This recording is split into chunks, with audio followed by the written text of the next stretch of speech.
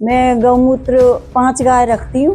पहले उसको लेकर गौमूत्र को बाल्टी में, फिर उसे कैन में करती हूँ, फिर उसकी गिरावटी चेक करती हूँ, क्योंकि आगे जाके परेशानी ना हो, फेल हो जाए और फिर वहाँ से तो ऐसा अच्छा सा नहीं लगता, हमको भी दुख होता है। उत्तर प्रदेश में पशुपालक खासकर गौवंश पालकों के लिए बड़ी खबर है। दूध की तरह गौमूत्र खरीदने वाली कंपनी ने पशुपालकों के साथ साथ वातावरण को फायदा पहुंचाने का दावा किया है।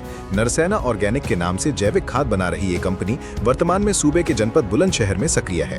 कंपनी के मुताबिक वो पिछले 1.5 वर्ष से 10 रुपए प्रति लीटर गौमूत्र खरीद रही है। गोवंश संरक्षण, जैविक खेती और ग्रामीण महिलाओं को रोजगार से जोड़ने की दिशा में बेशक ये नई पहल है। स्याना तहसील क्षेत्र के नरसेना गाँव से किसान उत्पादक संगठन यानी FPO के माध्यम से गौमूत्र खरीदकर उससे जैविक खाद, कीटनाशक और कृषि उपयोगी उत्पाद तैयार किए जा रहे हैं। डॉक्टर प्रवीण कुमार के नेतृत्व में शुरू किए गए इस प्रोजेक्ट से आसपास के 1.5 दर्जन गांवों को जोड़ा गया है। गौमूत्र खरीद के लिए गांव में संग्रहण केंद्र बनाए गए हैं, जहां से कंपनी के कर्मचारी खुद इसे ले जाते हैं। कंपनी प्रबंधन ने खतरनाक कीटनाशक के नुकसान बताते हुए इस नए प्रोजेक्ट की जमकर सराहना की है। साथ ही इसे मानवता और वातावरण के लिए भी लाभदायक बताया है।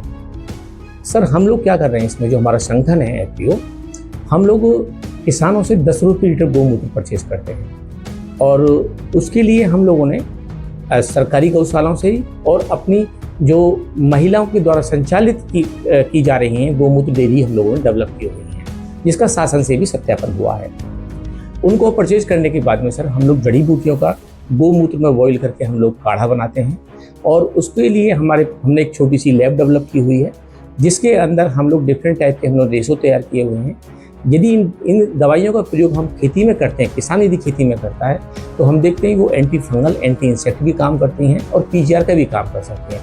तो हम कह सकते हैं जो किसान केमिकल का प्रयोग करता है, जैसे केमिकल फर्टिलाइजर हो गया या कोई जहर का प्रयोग कर रहा है, तो उससे उसे हमेशा के लिए मुक्ति मिल जाएगी।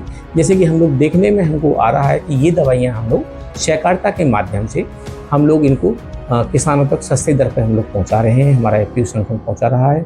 इससे किसानों को बहुत बड़ा बेनिफिट है, क्योंकि हम लोग देख रहे हैं कि किसान भाई दुकानों पे जाते हैं और केमिकल लेके आते हैं, और केमिकल का जब स्प्रे हम लोग खेतों पे करते हैं तो हम देखते हैं कि खेती की जो फील्ड के ऊपर एक वातावरण चेंज हो जाता है, क्योंकि जो केमिकल होता है सर वो सिस्टेमिक होता है, पौधे के अंदर वो 1 महीने तक रहता है और धीमे धीमे उसको वैसे वाष्प के रूप में वो रिलीज होता है। उसी के दौरान चाहे वो किसान के बच्चे हों, पूरा परिवार आता है, चाहे फ्रूट पिकिंग करने आए या इरिगेशन करने आए या वीडिंग करने आए, तो किसान का बच्चा ही उसमें उसके जो गैस वहाँ पर बनी हुई है फील्ड के ऊपर, उसी में उसके चपेट में आ जाता है। इसमें हमें देखने को मिल रहा है कि बहुत सारी बीमारी जैसे कैंसर हो गया, BP हो गया, लोग उसका शिकार होते चले जा रहे हैं। सरकार हमें इसमें सपोर्ट कर रही है, लेकिन अपना जिला प्रशासन लखनऊ से हमें माननीय श्यामबाई गुप्ता जी गौ सेवा के अध्यक्ष हैं, माननीय राज्य मंत्री जो JPS राठौड़ जी सहकारिता से हैं।